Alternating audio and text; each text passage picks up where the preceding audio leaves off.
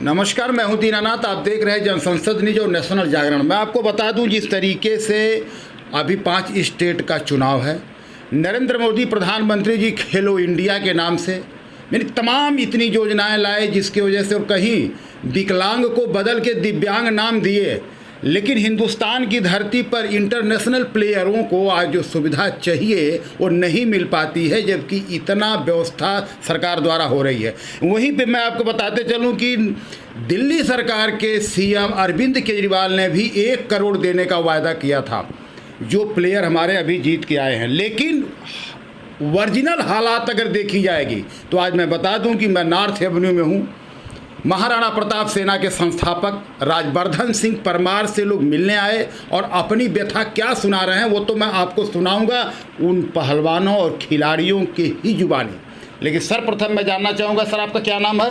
मेरा नाम रोहित माथुर है। माथुर जी, आज आप नॉर्थ एवेन्यू पहुँचे हैं महाराणा प्रताप सेना के संस्थापक राजवर्धन सिंह के पास, क्या कहना चाहेंगे?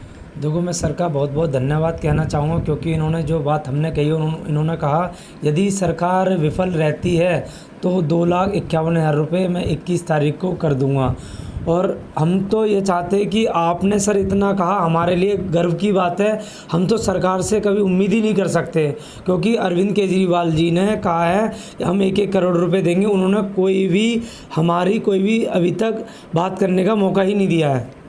मौका ही नहीं दिया, लेकिन 1 करोड़ रुपया उन्हें मिल रहा। देख लिया आपने, ये देखने की बात है, समझने की बात है। जहां अरविंद केजरीवाल, राहुल गांधी और नरेंद्र मोदी के नज़र लोग, पूरी देश के लोग नज़र बनाए रखे हुए हैं कि क्या कुछ दे रहे हैं, क्या कुछ देने वाले हैं, लेकिन जो हालात है, जो देश में अपने देश का नाम पूरी दुनिया में रोशन करके वो हमारे जो खिलाड़ी जब आते हैं, आपने ये भी देखा होगा कि अभी कुछ ही दिन पहले जब बृजभूषण शरण सिंह का मामला चल रहा था तो जंतर मंतर पर पक्ष और विपक्ष से लेके तमाम वह लोग आते थे और पूछते थे कि आखिर इन पहलवानों के साथ क्या हुआ। मैं पूछना चाहता हूं कि आप कहां बैठे हो इन घरों में, जब इतने बड़े प्लेयर जो आज नेशनल खेल करके आए हुए हैं और इंटरनेशनल भी पहुंच चुके हैं, आज वो पूरी तैयारी में है और इनके साथ जो सुविधा होनी चाहिए वो क्यों नहीं हो पा रही है, मैं ये पूछना चाहूँगा। सर आपका भी क्या नाम? मेरा नाम विजय कुमार है सर, और मैं राजवर्धन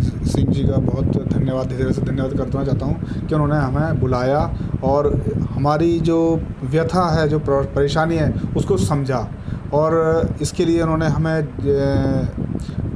नवंबर 21 तक अगर गवर्नमेंट से कोई सुविधा ना मिले तो इन्होंने जो हमारे लिए गवर्नमेंट से ना सुविधा मिले तो इन्होंने वादा भी किया कि अगर गवर्नमेंट नहीं दे पाएगी तो खुद महाराणा प्रताप सेना के संस्थापक ही अपनी जेब से मदद देने की तैयारी में लग जाएंगे। लेकिन सवाल ये है कि क्या आपको उम्मीद है कि सरकार मदद दे पाएगी कि नहीं दे पाएगी?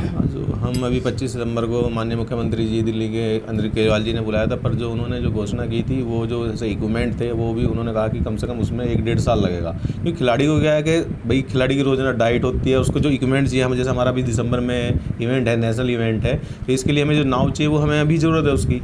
अब 1-1.5 साल तक हम क्या करेंगे उससे, हमें तो पहले जरूरत तो पहले है ना। तो इसलिए अगर वही ना, अगर कोई खिलाड़ी को प्रोत्साहन राशि मिलती तो उसमें क्या है कि उसमें क्या हमारी ज़रूरत थी वे भी पूरी होती है, जो हमें इक्विपमेंट चाहिए की ज़रूरत थी वो भी हमारी पूरी होती। तो हम तो यही है कि जो कम से कम खिलाड़ी को प्रोत्साहन राशि भी दे, जो क्योंकि जो सेटअप है, सेटअप में सरकारी चीज़ का सेटअप है, उसमें टाइम लगता है।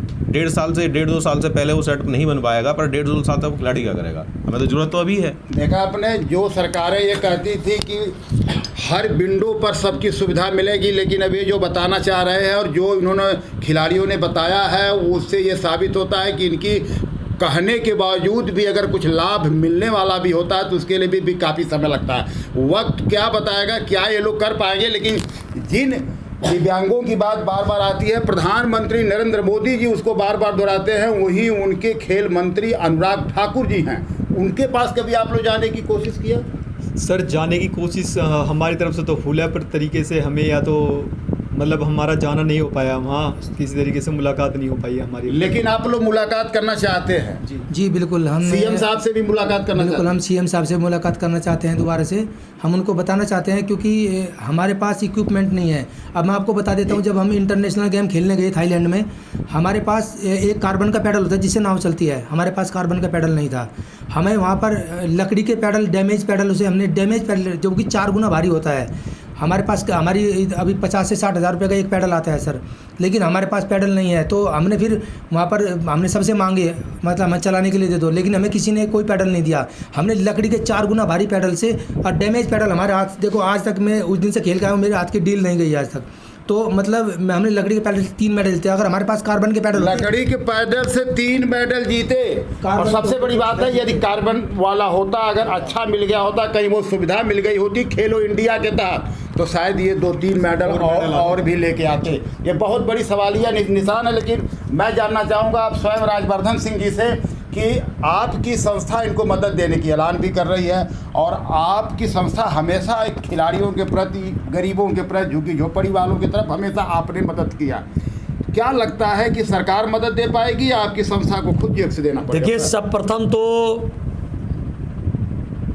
महाराणा प्रताप सेना ने कह दिया है खिलाड़ियों के सम्मान में महाराणा प्रताप सेना मैदान में, और देश के यशस्वी प्रधानमंत्री जी आज देश के प्रधानमंत्री हैं, जनता ने उनको बनाया है, खिलाड़ियों के माता पिता हैं, रिश्तेदार हैं, ये जितने 5 खिलाड़ी यहाँ खड़े हैं, इन्होंने बढ़ाया है देश का मान।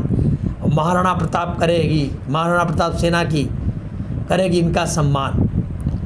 मैंने कहा है कि अगर अरविंद केजरीवाल, अगर अनुराग ठाकुर, केंद्र सरकार और राज्य सरकार अगर इन्हें आर्थिक रूप से सहयोग देने में असमर्थ होगी, तो 2,51,000 रुपये 21 नवंबर 2023 को महाराणा प्रताप सेना के तमाम सैनिकों द्वारा सहयोग राशि लेकर इनका मनोबल बढ़ाने का काम किया जाएगा।